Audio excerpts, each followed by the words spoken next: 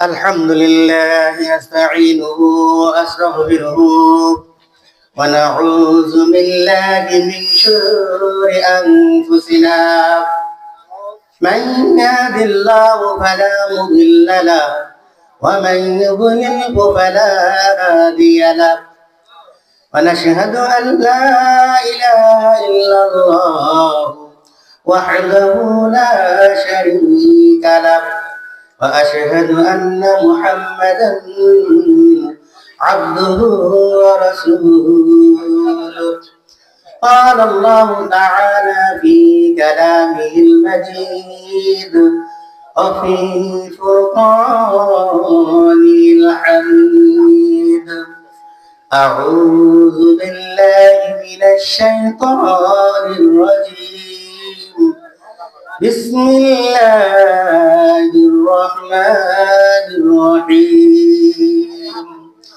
إن الله مع الصابرين قال النبي صلى الله عليه وسلم لا يرحم الله من لا يرحم الناس صدق الله العظيم अस्सलामु अलैकुम रहमतुल्लाहि व बरकातुहू जिंदगी में बंदगी तो कार नहीं जिंदगी पे बंदगी शर्मिंदा जिंदगी पे बंदगी शर्मिंदा यहाँ हम सब मुसाफिर दिल न लगा अहले दिल की नजर से रूह करता जा शाह दौलत सब फकीर कर निकले जिंदगी पे बंदगी शर्मिंदा जिंदगी में बंदगी तो खार नहीं जिंदगी पे बंदगी शर्मिंदा जिंदगी पे बंदगी शर्मिंदा আসসালামু আলাইকুম রহমতুল্লাহি ওয়া বারাকাতুহু আপনারা সবাই ভালো আছেন আলহামদুলিল্লাহ পিছনে বাইরে কি তো পিছনে বাইরে ভালো আছে মন ভালো আছে সবাই এক জায়গায় ইউসুফ এবং জুলেখা রাদিয়াল্লাহু তাআলা কিছু আলোচনা করছিলাম তো মোনাজাত শেষে যখন রাম না তো একজন দেখলাম যে স্টেজে যে খুঁটি আছে না খুঁটির মধ্যে দুই হাত দিয়ে জাবর দিয়ে ধরে দাঁড়াই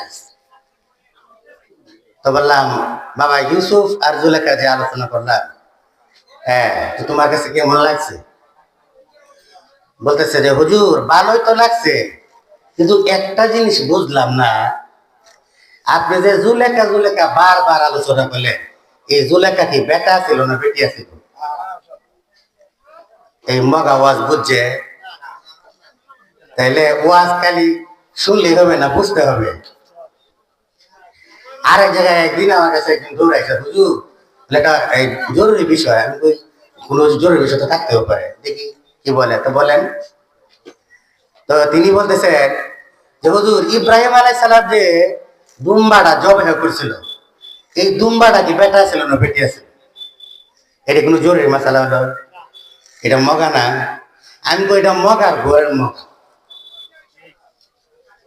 আর তার ছিল যে এমন একটা মশালা দরকার ছিল যে হুজুর দেখেন তো আমার বেতের নামাজে দোয়া কোনটা যে আমি বলি এই দোয়াটা কি ঠিক আছে কিনা ঠিক কিনা আমি মগা কইছি কি অর্থাৎ মোল্লার ফেস ধরে কিছু চুলকানি মার্কা মানুষ আছে এরা কামের সারাদিন একটা ফুটকি আরেকটা পাঁচা দিয়ে খালি বাদ দিব আর লুঙ্গি ভিজে গেলে রাস্তা দিয়ে আছে না কিছু মানুষ এরকম তো আল্লাহ রাব্বুল আলামিন বলেন ইন্নাল্লাহা মা'আস সাবিরিন সাবিরিন। আল্লাহ তাআলা বলেন নিশ্চয়ই আল্লাহ তাআলা সবরকারীদের সাথে আছেন। কার সাথে আছেন? না মদখোরের লগে আছে, গাঞ্জাখোরের লগে আছে, ইয়াবাখোরের লগে আছে, ডাইলখোরের লগে আছে। কার সাথে আছে? সবরকারীর সাথে। কার সাথে? সবর এবং ধৈর্য দ্বারা যারা ধরে তাদের সাথে আল্লাহ তাআলা নিশ্চয় আছে। ইন্না মানে নিশ্চয়ই আল্লাহ তাআলা সবরকারীদের সাথে আছে। জোরে বলেন ঠিক কিনা? আর রাসূলুল্লাহ সাল্লাল্লাহু আলাইহি ওয়াসাল্লাম কি বলছেন? লা ইয়ারহামুল্লাহু মান লা ইয়ারহামুন নাস। যে ব্যক্তি মানুষের উপর দয়া করে না, আল্লাহ তাআলাও তার প্রতি দয়া করে না। ঠিক না? মানুষের মৃত্যু হয়ে যাওয়ার পরে নেককার বান্দা, আল্লাহওয়ালা বান্দা আর ভালো দিনদার বান্দা যখন মৃত্যুবরণ করার পরে যখন তাকে কবরে শোয়া দেওয়া হয়, চতুর্দিক দিয়ে আযাবের ফেরেশতারা তাকে এসে বেষ্টন করে ফেলে।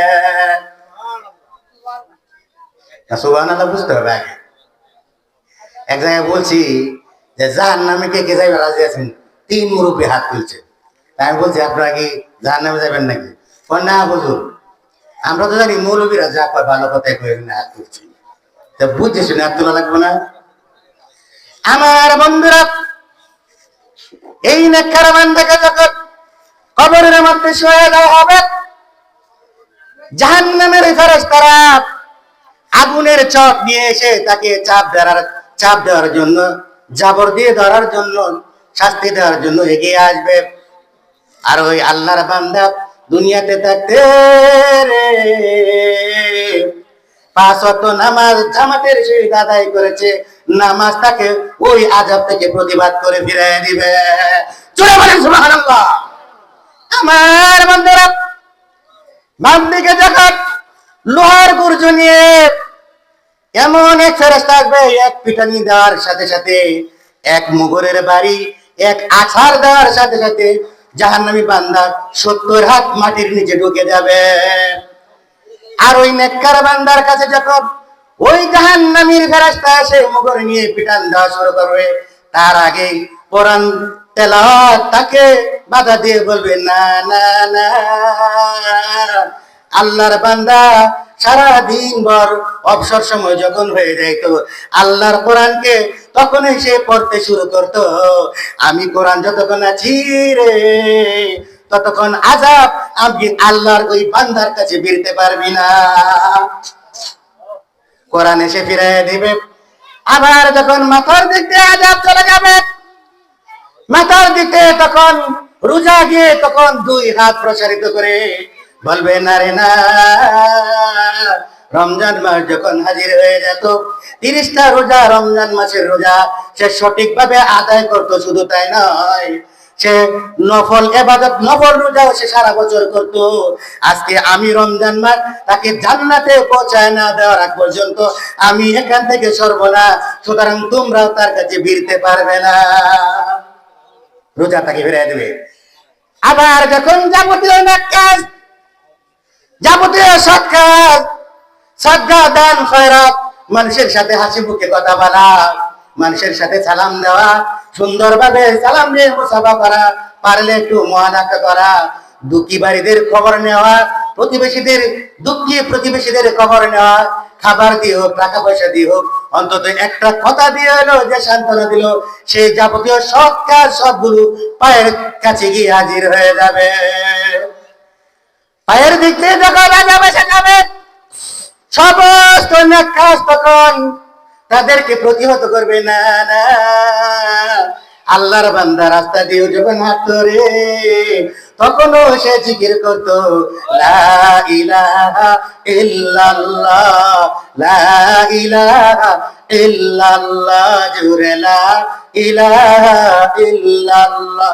পাখি গানে গানে, হাওয়া টানে টানে, জান্নাতের ওই ঘড়ি তরি, বেহেশতের ওই পুরোপুরি, সপে তারি, চপে নাম সাধনা, লা ইলাহা ইল্লাল্লাহ, জুরে লা ইলাহা ইল্লাল্লাহ, জোরে লা ইলাহা ইল্লাল্লাহ, লা ইলাহা। সাহাবারা খেলে প্রেমের খেলা, কাফেররা দেয় তাদের কত জ্বালা। আসিয়া খেলে প্রেমের খেলা, ফেরাউন দেয় তার কত জ্বালা। ডাক দিয়ে বলেন রাসূল আমার, খুলে দাও ফেরেশত জান্নাতের তালা। লা ইলাহা ইল্লাল্লাহ, জোরে লা ইলাহা ইল্লাল্লাহ, জোরে লা ইলাহা ইল্লাল্লাহ, লা ইলাহা ইল্লাল্লাহ মুহাম্মাদুর রাসূলুল্লাহ। এইভাবে জিকির করতে থাকতো। আমরা আজকে যাবতীয় সৎ কাজ যখন পায়ের কাছে এসে গেছি রে, ও আজবের ফেরেশতা শোনো, তাকে জান্নাতে পৌঁছানোর আগ পর্যন্ত আমরা তাকে সমস্ত বিপদ থেকে বাঁচাবো। জোরে বলেন সুবহানাল্লাহ। আমার বন্ধুরা, এই চতুর্দিক দিয়ে নেকামল তাকে বাঁচাবার পরে আল্লাহর নেককার বান্দা তখন দেখবে যে কবরের এক কোণে দাঁড়াইয়া একজন সুন্দর যুবক, আকৃতিতে একজন সুন্দর যুবক, জোয়ান একজন পুরুষ, একজন ছেলে দাঁড়ায় আছে। আর সে মুস্কি মুস্কি হাসতেছে। আল্লাহর বান্দা যখন চতুর্দিকে আযাব, যখন সে তখন বিপদ থেকে বেঁচে যাবে, আযাব থেকে যখন রেহাই পেয়ে যাবে, তখন নেককার বান্দা বলবে, ও যুবক, কি তোমার পরিচয়, কে তুমি? আর কবরের কোণে দাঁড়াইয়া কেন তুমি মুস্কি মুস্কি হাসতেছ? যুবক তখন উত্তর করবেন, ও গো আল্লাহর বান্দা, তুমি দুনিয়ার জমিনে থাকতে কত তুমি ধৈর্য ধরেছ, কতদিন তুমি না খেয়েছিলে, তবু মানুষের কাছে হাত পাতো নাই। কত মানুষ তোমাকে গালি দিয়েছে, নামাজ পড়েছো, তবু তুমি তার প্রতিহত করো নাই, তুমি তাকে বরং ভাই ডেকে চলে এসেছ। কত কাফের বেদিনরা তোমাকে মারধর করেছে, গালি দিয়েছে, অত্যাচার করেছে, বাড়িঘর ভেঙে আগুন দিয়ে জ্বালায় দিয়েছে, তবু তুমি সবর করেছ। আর সেই সবর হইলাম আমি। জোরে বলেন সুবহানাল্লাহ। আমার বন্ধুরা, এই সবর তখন বলবে, রে আল্লাহর বান্দা, যদি আমি দেখতেছিলাম কোন দিক দিয়ে যদি কোন আযাব ভিতরে প্রবেশ করতে যায়, আমি সবর তখন তাকে ওই দিক দিকে ফিরিয়ে দেব। তাহলে আমাদের সবর কোথায়? আমাদের ধৈর্য কোথায়? আল্লাহর নবী সাল্লাল্লাহু আলাইহি ওয়াসাল্লাম তিনি তখন দরবার শেষ করে বাড়িতে ফিরে গেলেন। এক যুবক দারুইন, বেদিন, কাফের, মুসলমান তখন হয় নাই, এমন এক 30-32 বছরের যুবক রাস্তা দিয়ে যখন হাঁটতেছে হঠাৎ এক দেশ থেকে আরেক দেশে যাওয়ার জন্য সে মরুভূমি পথ পাড়ি দিচ্ছিল। মরুভূমির পথ পাড়ি দিতে দিতে সন্ধ্যা যখন ঘনিয়ে আসলো, যুবকের কাছে একটা তলোয়ার ছিল। কি ছিল? একটা তলোয়ার। আমাদের যান বাঁচাবার জন্য একটা কিছু রাখি না, লাঠি সোটা অনেক কিছু রাখি। যেমন কুকুর যদি রাত্রে বেলা আমাদেরকে আক্রমণ করে, অনেক জায়গায় কুকুরের আক্রমণ আছে না, শেয়ালের আক্রমণ আছে না, তো মানুষ বাঁচার জন্য কি করে? একটা লাঠি ব্যবহার করে। ওই যুবক যখন মরুভূমি পাড়ি দিচ্ছিল, মরুভূমি পাড়ি দিতে যাইয়া তখন সন্ধ্যা ঘনিয়ে আসলো। আল্লাহর নবী তখন দরবার সেরে হুজরাখানায় তখন নিজের বাড়িতে প্রবেশ করবে। এমত অবস্থায় যখন রাত্র হয়ে গেল, রাত্র হয়ে যাওয়ার পরে কোথায় যাবে? কোন আশ্রয়স্থল এদিকে ওদিকে নাই। ওই যুবক যায় আল্লাহর নবীর কাছে বলে, ইয়া রাসূলুল্লাহ, আমাকে একটু আশ্রয় দেন। এই মরুভূমির এই নিরালার মধ্যে আমি কোনো আশ্রয়স্থল খুঁজে পাচ্ছি না। আমার কাছে একটা তরবারি আছে, আর আমার কাছে কোনো সম্বল নাই। ইয়া রাসূলুল্লাহ, আপনি যদি আমাকে একটু আশ্রয় দেন, আমি উপকৃত হইতাম, আর সকাল বেলায় আমি আমার গন্তব্যস্থলে চলে যেতাম। আল্লাহর নবী বলেন, বেশ যুবক, তুমি যখন কোনো আশ্রয়স্থল খুঁজে পাও না, আমাকে আল্লাহ তাআলা পাঠাইছেন, ওয়ামা আরসালনাকা ইল্লা রাহমাতাল লিল আলামিন। ওগো যুবক, আল্লাহ তাআলা আমাকে দুনিয়াতে পাঠাইছেন সকল উম্মতের জন্য রহমত স্বরূপ, কারোর জন্য আযাব হয়ে আসি নাই। আমাকে লাআনাতুল্লাহ বলে আল্লাহ পাঠায় নাই, কারোর জন্য আমি কষ্টকর হয়ে আসি নাই, কারো কাছে আমি আযাব গজব হয়ে আসি নাই, কাউকে শাস্তি দেওয়ার জন্য আসি নাই। আমি এসেছি রহমত স্বরূপ। আমার কাছে মুসলমানও যেমন, বেদিনও তেমন। আমার কাছে আমার উম্মত সকল উম্মতেই এক। বন্ধুরা আমার, ওই যুবককে আশ্রয় দিয়ে দিল। আল্লাহর নবী নিজে যাইয়া নিজ হাতে তাকে রান্না করে খাওয়ালো। কত সুন্দর রান্না করে খাওয়াইলো রে। খাওয়ানোর পর রাত্রিবেলায় এশারের নামাজের পরে বলল, ও বাবা, এটা হলো তোমার শোয়ার জায়গা, ঘর।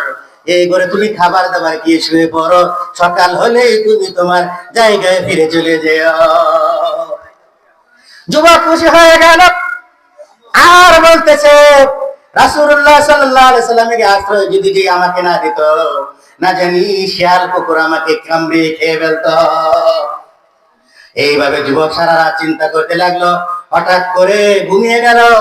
আর মাঝরাতের পরে যখন ঘুম থেকে তার জরুরতের চাপ দিল, পেশাব পায়খানার চাপ দিল, আল্লাহর নবী রাত্রিবেলায় তাহার হাজত হতে পারে, তার পেশাব পায়খানা হতে পারে, এই কথাটা ভুলে গিয়েছিল, তাকে জিজ্ঞাসা করতে ভুলে গিয়েছিল। আর রাসূলুল্লাহ সাল্লাল্লাহু আলাইহি সাল্লাম নিজের হুজরায় গিয়া, নিজের ঘরে গিয়া ঘুমিয়ে পড়লেন। সকালবেলা যখন ফজরের নামাজ পড়ে এসে দেখেন আর বলতেছেন, এইবার মেহমানের খবর নিতে হবে, নাস্তা পানি দিতে হবে। আল্লাহর নবী সাল্লাল্লাহু আলাইহি ওয়াসাল্লাম এসে দেখে ঘরে যখন সালাম দিলেন, আসসালামু আলাইকুম, সালাম দিলেন, কিন্তু এসে ঘরের মধ্যে যুবককে দেখা যায় না। যুবক কি করছে? যুবক রাত্রেবেলা উঠেছিল জরুরতের চাপে, পেশাব পায়খানার চাপে উঠে, তখন দেখলো আমার যখন কোনো রাস্তা নাই, তখন বিছানার মধ্যে তিনি পায়খানা পেশাব করে দিলেন, বিছানাটাকে নষ্ট করে ফেললেন। এটা কি তার দোষ? সে জানে না একজন অতিথি না, অতিথিকে কি করতে হবে?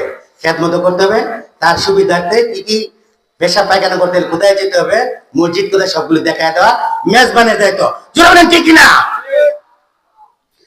আমার বন্ধুরা, আল্লাহর নবী এসে দেখে বিছানা নষ্ট হয়ে গেল, পেশাব পায়খানা ভরে দিয়ে ওই যুবক পালিয়ে গেল। যুবক বলল, হায় হায়, সুন্দর করে খাওয়ালো, সুন্দর বিছানা আমাকে দিল, যদি সকাল বেলায় রাসূল আমাকে এই অবস্থায় দেখে, আমার মনে হয় সাফার বুঝতো কপালে থাকবে না। আমরা সাধারণ মানুষের মনে করছি, আমরা একটা তাপড় দিলে কি করি? একটা তাপড় দিলে তিনটা মারি না? যুবক বলতেছে, আল্লাহর নবী আমাকে খাওয়াইলো, পড়াইলো, শোয়ানোর জায়গা দেখে দিল, এখন আমি পায়খানা পেশাব করে বিছানা নষ্ট করে দিলাম, সকালে বোধহয় আমার একবার শেরের উপরে শোষণ দিব। হ্যাঁ, শেরের উপরে শোষণ। ভয় পেয়ে যুবক পালিয়ে গেল।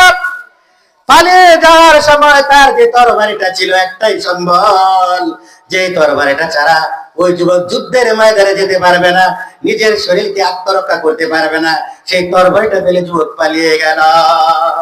আল্লাহর নবী বললেন, হায় হায় রে, একটু ভুলের কারণে ওই আমি যে তাকে মেহমান করে আমার মেহমান কারায় রাখলাম, সে তো কষ্ট করলো, আরাম তো হলোই না, না জানি তার কত কষ্ট হয়ে গেল, সে বেচারা আহা কত কষ্ট করে ফেলল।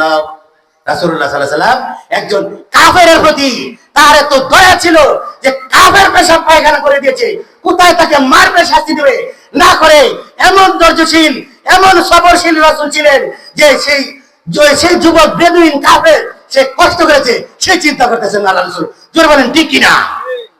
এই ছিল সবর আর শুকর আর ধৈর্য। আর আমাদের সবর কোথায়? আমাদের ধৈর্য কোথায়?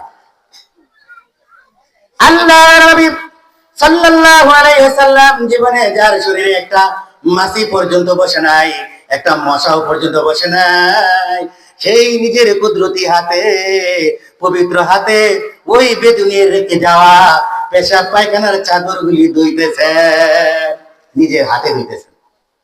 হাতে দইতেছে বিছানার, বলতেছে হাই হাই ওই বেদুইন না জানি কত কষ্ট করে গেছেন, কিন্তু যাবার বেলায় তরবারিটা ফেলে গেল।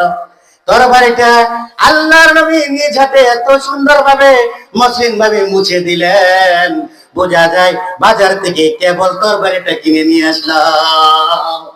এই হলো খেদমত, এই হলো খেদমত। আর আমরা বর্তমানে মেহমান দেখলে দরজা লাগায় ভাত খাই, কি ঠিক না? 70 টাকা কেজি চাল, 800 টাকা কেজি গরুর ঠেকা পড়ছে খাওয়ানি, আমার কোনো লাভ আছে? মেহমানটা ঘরে আসলেও এই দরজা লাগায় পিছনে দরজা দিকে বাজার চলে আসে। কিন্তু আল্লাহ নবী সাল্লাল্লাহু আলাইহি সাল্লাম ওই তরবারিটাকে মুছে দিয়ে সুন্দর ভাবে একটা ভালো একটা জায়গায় রেখে দিল। হয়তো ছেলেটা চলে গেল, কিন্তু তরবারিটার জন্য আবার তাকে ফিরে আসতে হবে। সত্যি সত্যি রে, আল্লাহ রাসূল যেই মনে মনে কথাটা বলল, পিছন দিক থেকে যুবক আবার দরজায় এসে হাজির। আমার বন্ধুরা, আল্লাহ নবী সাল্লাল্লাহু আলাইহি সাল্লাম বলেন, ও বাবা যুবক, তুমি রাত্রিবেলায় কত কষ্ট করেছো। আরে বাবা, আমি তোমার খোঁজ খবর নিতে পারি নাই, আমি আমার এই টুক ত্রুটির কারণে তোমার কষ্ট হয়ে গেল রে বাবা। যদি আমি টয়লেটটা দেখায় দিতাম, তোমাকে এই কষ্ট করে বিছানায় পেশাব করতে হতো না। ও বাবা, ঠিক আছে বাবা, তোমার খেদমত করতে পারি না, এবার বসো, নতুন একটা বিছানা পেতে দিই, তুমি বসো রে বাবা, তোমার জন্য আমি এখনই নাস্তা নিয়ে আসতেছি। আর তুমি যে তরবারিটা রেখে গিয়েছিলে, এই দেখো বাবা তোমার সেই তরবারি, এই তরবারিটা আমি নিজের হাতে মুছে দিয়েছি রে বাবা। নাস্তা করে তুমি তোমার তরবারি নিয়ে তোমার দেশে চলে যেও। এই হলো আমাদের বিশ্ব নবী সাল্লাল্লাহু আলাইহি ওয়াসাল্লামের সবর আর ধৈর্য। জয় বলে সুবহানাল্লাহ। আর আমরা সবর তো দূরের কথা, নিজের ঘরের ছেলে যদি একটা গ্লাস বানায় দেবে গেলা, তারপর কয়টা দিই, পাঁচায় দিই, 5টা গালে দিই, 4টা মুখ কয়টা হয়েছে, 9টা তারপর দিই। কিন্তু আমি বুঝলাম না, মগার ঘরের মগা, যে আমার ছেলে পোলামানের জন্য আমি ওগুলা কামাই করি, একটা মাছ আরেকটা কিনে নিয়ে যাবো, আমার সন্তানের জন্য কামাই। জোরে বলেন ঠিক কিনা? আমি মারবো কেন? রাসূলুল্লাহ সাল্লাল্লাহু আলাইহি ওয়াসাল্লাম কখনো নিজের মেয়েদেরকে, সন্তানকে কখনো আঘাত করে নাই। শুধু সন্তানদের জন্য না, বিবিদেরকেও আঘাত করে নাই। জোরে বলেন ঠিক কিনা? আমার বন্ধুরা, আল্লাহর নবী মদিনার এই খেদমত করার কারণে যুবক তখন চোখের পানি ফেলে দিয়ে বলল, আল্লাহর নবীর পায়ে পড়ে গিয়ে বলল, ইয়া রাসূলুল্লাহ, আমি চিনতে পারি নাই আপনি যে দয়াল নবী, বিশ্ব নবী। সত্যি আপনার খেদমতে আমি, আপনার মেহমানদারিতে আমি বুঝে নিলাম, কোন নবী ছাড়া এমন ব্যবহার একটা অপরিচিত মানুষের সাথে কেউ করতে পারে না। জোরে বলেন সুবহানাল্লাহ। ওগো আল্লাহর নবী, আপনার কুদরতি, আপনার পবিত্র পায়ে আমি হাত রেখে বললাম, ইয়া রাসূলুল্লাহ, আপনার কদম মোবারকে হাত দিয়ে আমি বলতেছি, রাসূলুল্লাহ ক্ষমা চাই। এই তরবারি দিয়ে আমি কিন্তু মূলত উদ্দেশ্য ছিল আপনাকে হত্যা করা। জোরে বলেন নাউজুবিল্লাহ। ছেলের উদ্দেশ্য হলো কি? সল ছাতুরি দিয়ে আল্লাহ রাসূলকে হত্যা করার উদ্দেশ্য ছিল। কিন্তু রাসূলের খেদমত দেখে রে, রাসূলের সবর আর ধৈর্য দেখে, রাসূলের ভালোবাসা দেখে ওই যুবকটি তখন পড়ে নিল লা ইলাহা ইল্লাল্লাহু মুহাম্মাদুর রাসূলুল্লাহ। আর আমাদের সবর, আমাদের ধৈর্য কোথায়? আমাদের শুকরিয়া কোথায়? রাজনীতি তো আমি করি না বাবা, রাজনীতি আমি চিনিও না, ওগুলোতে আমি যাইও না। কিন্তু বর্তমানে এমন একটা সময় এসেছে, আমি কোনো দলের নাম বলবো না, এক দল পিটাইয়া নিজে ভাইরাল হওয়ার জন্য, আরেক দলের উপরে বদনাম আনার জন্য নিরীহ একটা মানুষকে হত্যা করে ফেলে। আমি কারো কোনো দলের নাম বলবো না। কেমন রাজনীতি, এমন রাজনীতির কারণে একটা নিরীহ মানুষের হাত পা বেঁধে রে। কিছুদিন আগে আমাদের বেরন্তলার ঘটনা, ছেলেটার হাত পা বাঁধলো, ছেলেটার হাত বাঁধলো, পা বাঁধলো, তারপর জবাই করে তাকে নদীতে ফেলে দিয়ে অটো রিক্সা দিয়ে চলে গেল। কেমন সে রাজনীতি! এইসব রাজনীতিকে I hate you the politics, আমি এইসব রাজনীতিকে ঘৃণা করি। জোরে বলে ঠিক কিনা? Kill you head of the one, তুমি এক নম্বরের হত্যাকারী, যার ভিতরে সবর আর ধৈর্য না থাকার কারণে তুমি একটা নিরীহ মানুষের প্রাণকে কেড়ে নাও। এটাকে রাজনীতি বলে না, এটাকে বলা হয় দুর্নীতি। জোরে বলে ঠিক কিনা? নারে তাকবীর, নারে তাকবীর। তুমি 2 লাখ 2.5 লাখ টাকার জন্য একটা মানুষের প্রাণকে 2.5 লাখ টাকা, একটা নিরীহ মানুষকে তুমি হত্যা করে ফেলো। এটা কেমন রাজনীতি? কোন নবী বলে গেছে ক্ষমতার জন্য যে যাকে হত্যা করতে পারবে সে শত বড়ই ক্ষমতার আসন পেয়ে বসবে? কোন সাহাবীদের জামানায় আছে এক সাহাবী আরেক সাহাবীকে ক্ষমতা পাওয়ার জন্য তাকে হত্যা করে ফেলেছে? কোন ওলিদের জামানায় আছে একজন ওলি আরেকজন ওলিকে চেয়ার ক্ষমতা পাওয়ার জন্য হত্যা করে ফেলেছে? নিরীহ মানুষকে হত্যা করে কোটিপতি হয়ে গেছে।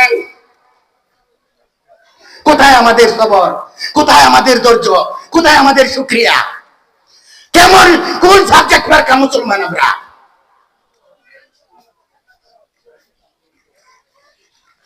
আমার বন্ধুরা, সবরের লাভ কি দেখবেন? সবরের লাভ কি শুনবেন?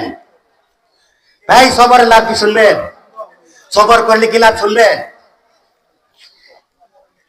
মাদ্রাসায় পড়েন অনেক বান্দি, আল্লাহর বান্দি, কোরআনের আলেমা, কোরআনের আলেমা। আমরা যে বসছি আমাদের কি বলে? ওলামা। ওলামা বলা হয় সব আলেমদের, যারা একসাথে বলা হয় ওলামা। আর আমি যে সিঙ্গেল বসছি, এটা কেউ আছে? আমি একা, আমি হচ্ছি কি আলেম, আমি আলেম। সকল আলেমদেরকে বলা হয় বহু বচন ওলামা, এক বচন বলা হয় আলেম। তো মেয়েটাও কিন্তু আলেম, কিন্তু মেয়ে হিসেবে তাকে কোরআনের আলেমা বলা হয়। আল্লাহর বান্দি কোরআনের আলেমা হয়ে গেল। আমাদের দেশে বর্তমানে কিন্তু মেয়ে যদি 4-5টা হয়ে যায়, মা বাবার কিন্তু টেনশন উঠে যায়, হায় হায় এত পূজা কেমনে আমি বুঝবো, এত পূজা আমি কিভাবে বসবো, এত মেয়ে কেমনে আমি বিবাহ দিব? টেনশনে পড়ে যায় না? এরকম ভাবে কিছু গার্জিয়ানরা তারা সতর্ক ছিল না। এইভাবে একজন মাদ্রাসার আলেমা মেয়েটাকে একটা গাঁজাখোরের কাছে বিয়ে দিয়েছে। কে কাছে? গাঁজাখোর, বাবাখোর, ডাইলখোর। ডাইল ছিলেন তো, কিন্তু মাসকালা ডাইল না, এটা তো বসুরি ডাইল না। এমন ডাইল খায় রে, ডাইল কাঁচা ডাইল খাইয়া নিশা হইয়া ঘরে গিয়া নিজের বাপের ডাকে দুলা ভাই, দুলা ভাই কেমন আছো? এমন ফাটার ঘরের ফাটা, এমন মগার ঘরের মগা, নিজে ইয়াবা ডাইল খাইয়া নিজের মারে গিয়া বোন কি করো, আফা কি করো? এমন মগার ঘরের মগা বিবিরে কয় মা ভাত রান্না করছুনি। শুধু তাই না, রাস্তার মোড়ে দাঁড়ায়া পরনের লুঙ্গি মাথায় ফেসাইয়া, পরনের লুঙ্গি মাথা দেয় নিচে কিছু আছে, মাথায় ফেসাইয়া কয় আমি বাংলার প্রেসিডেন্ট। একই প্রেসিডেন্ট না মাথা? ডাইল খায়া মাথা দেয়। এমন এক ডাইল করে কাছে ওই মা বাবা মেয়েটাকে আলেমাটাকে বিয়ে দিয়ে দিল। মেয়েটা কিন্তু ডান বাম কিছু বোঝে না রে। আল্লাহর ভালোবাসায় নবীর মহব্বতে পরে আলেম হয়ে গেল।